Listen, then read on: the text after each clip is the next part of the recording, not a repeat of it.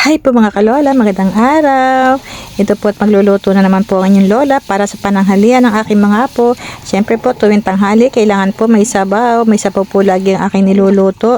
At ayan nga po, na-try nyo na po ba ganitong luto? May nakapagbigay po ulit sa akin kasi ng karneng manok. Ayan nga po, naisipan kong iluto siya sa bawan.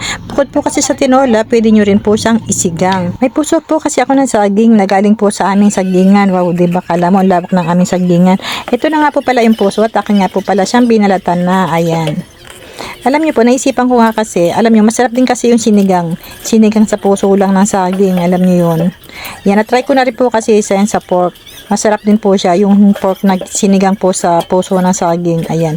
Ngayon po na, first time ko lang po na-try po siya sa manok naman ng aking isigang. Ayan. Yan na nga po, at ganyan, hiniwa ko na lang po siya ng papaganyan para po hindi magkahiwa-hiwala yung ating puso. Kasi kung hiwa nyo po ng maliliit yan, hindi magkadurog-durog naman po. At ayan nga po, nakita nyo, konting chicken lang yung aking, konti lang po, ilang pirasong manok lang po yung aking sasabawan. At ayan nga po, yung aking hiniwa-hiwa kanina ng mga bawang, sibuyas at kamatis. So, una ko pong nilagay sa kumukulo nating tubig. At ayan nga po, matapos yan, isinunod ko na po yung manok at atinyala po tinakpat. At ayan nga po, nung ating buksan, ayan o, diba, kulong-kulo. Ayan o, ayan, mukhang luto na agad yung manok. Ayan na nga po, dahil mabilis din naman niya maluto yung manok. Ayan, ilagay ko na po yung ating puso ng saging. Ayan, o, kita nyo naman. Ang lalaki ng puso ng saging natin. At nilagyan ko rin nga po pala siya ng isang chicken cubes. Ayun, at nilagyan ko na rin po siya ng paminta asin. Ayun o.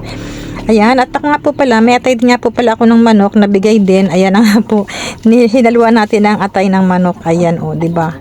Ayan na nga po, yung ating pampasim, nilagay na po natin ang ating sinigang mix. Ayan, alam nyo, ang sarap-sarap niya, promise. At ayan na nga po, dahil dalawang sili lang meron ako. Ayan na nga po, nilagay ko na para bumango-bango ang ating sinigang. Alam nyo, yung sili na ganyan kasi pampabango sa ating sinigang o may maganda pang bulaklak doon. At ito nga po pala, kaya konti lang manok yung ating isinama sa ating sinigang. Ito nga po kasi, ang apo ko, syempre gusto nila ay prito-prito at sila syempre masasabaw-sabaw lang yan. Yan nga po, naisipan ko nga po pala na iprito nga yung natirang manok. Ayan, mas marami pa yung prito kaysa nun sa ating sinigang. Ayun. Tena, luto na nga po, inahon na po natin ang ating manok. O, diba, ang sarap po, diba? Ako na po mismo nagtimpla niyan.